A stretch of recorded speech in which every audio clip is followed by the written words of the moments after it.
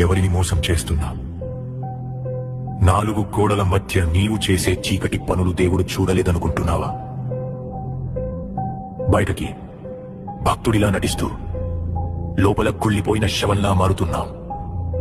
నీ అసలు స్వరూపం చూసి నీకైనా అసహ్యం వేయడం లేదా?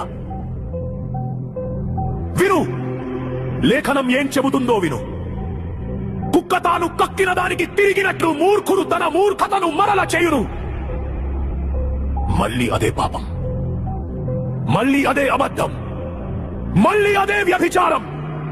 కక్కిన వాంతిని తినే కుక్కకి పదే పదే పాపం చేసే నీకు తేడా ఏముంది? నువ్వు మనిషివా లేక ఆత్మ చచ్చిపోయిన మృగానివా? నువ్వు చచ్చిపోతున్నావు. నీ ఆత్మీయ జీవితం శవంలా మారి కుళ్ళిపోతుంది. దేవుని కృపను నీవు అలుసుగా తీసుకుంటున్నావు. ఆయన ప్రేమిస్తాడు నిజమే, కానీ నీ పాపాన్ని ఆయన సహించడు. నీవు లేచి మొదటి జామున మొర్ర పెట్టిన నీ హృదయమును నీళ్లు కుమ్మరించున్నట్లు ప్రభువు సన్నిధిని కుమ్మరించుము. మోకరిల్లు, నీ కపట భక్తి చాలు. నీ పాపం వల్ల నీ ఆత్మీయ బిడ్డలు మూర్ఛిల్లుతున్నారు. నీ చేతులను ఆకాశం వైపు ఎత్తి క్షమాపణ అడుగు. ఇది నీ ఆత్మను బ్రతికించుకోవడానికి దేవుడు ఇస్తున్న ఆఖరి అవకాశం. శరీరం బలహీనంగా ఉందని సాకులు చెప్పకు. నీ శరీరం ముసలిదవుతుందేమో కాని నీ లోపల చచ్చిపోతున్న ఆత్మ సంగతేంటి?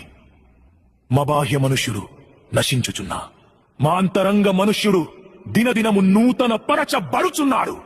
నువ్వు మారాలి అనుకుంటే లోకాన్ని కాదు, దేవుని శక్తిని ఆశ్రయించు. నువ్వు పాపంలో పడుతున్నావంటే దానికి కారణం నీ బలహీనత కాదు, నీ పిరికితనం.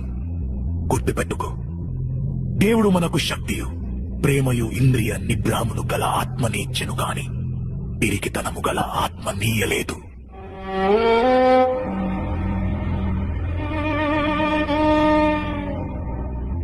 నీకు దేవుడిచ్చింది సైతానును ఎదిరించే శక్తి, నీ ఇంద్రియాలను కంట్రోల్ చేసే నిగ్రహం. ఆ పిరికితనాన్ని వదిలిపెట్టు. కుక్కల వాంతి దగ్గరకు వెళ్లడం మానే. ఇప్పటికైనా బుద్ధి తెచ్చుకుంటావా లేక ఆ మూర్ఖత్వంలోనే పడిచ్చస్తావా? దేవుని తీర్పు నీ తలుపు తడుతుంది. సమయం మించిపోక ముందే మేలుకో. జాగ్రత్త.